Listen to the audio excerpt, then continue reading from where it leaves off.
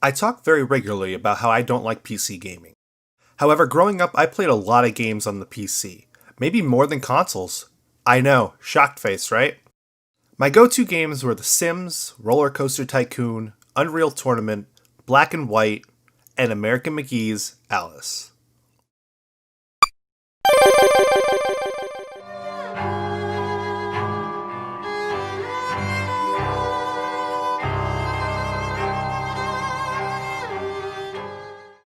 Welcome everybody to YEAGER'S Retro Review, where I review video games in 3 minutes or less. Today I'm talking about American McGee's Alice.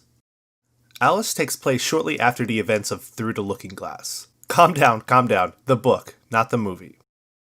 One night, while Alice was asleep and visiting Wonderland, a fire broke out, destroying her home as well as killing both of her parents. Alice, suffering from guilt, was sent to Rutledge Asylum, where she has been locked up for the last 10 years. Her only possession is her stuffed rabbit, which triggers her to drift back into Wonderland. Wonderland has changed since the last time Alice and we remember. No more colorful worlds, no more singing and dancing, no more tea parties, no more happiness, ever since the Queen of Hearts has returned and taken over Wonderland. Alice is a cookie-cutter example of 2000s action platformer. Now I'm not saying that's a bad thing, but hear me out.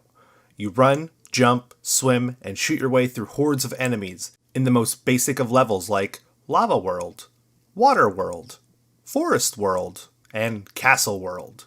Yes, they are generic places, but that art style, so good. Wonderland is disgusting. You can see that Alice's mind has drastically changed, that the world feels more depressing now. This game was made in 2000, but feels like 2019. Am I right? Next, let's talk about weapons. And man, there's a lot here, and they're all great. And they're all useful even up until the end of the game. It's great to have a wide variety and not get sick of them. It reminds me of Doom with its collection of memorable weapons.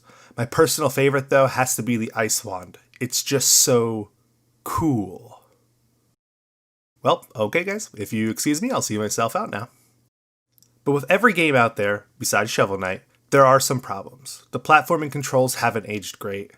I found myself constantly missing jumps, not being able to hang on ledges, falling, and falling, and falling, and falling a lot too. Some of the weapons have a very poor hit radius.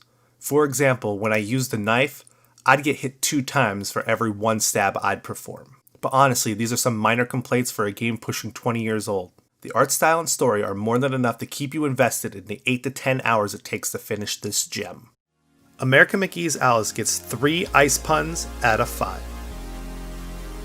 Well, that's it for this episode of YEAGER'S Retro Review. Make sure to follow A Cast of the Past on all streaming services and stay up to date with us on Facebook, Twitter, and Instagram. There you'll be able to find out when new episodes drop, as well as joining in on the discussion on all things video games. And until next time, we'll see you in the future.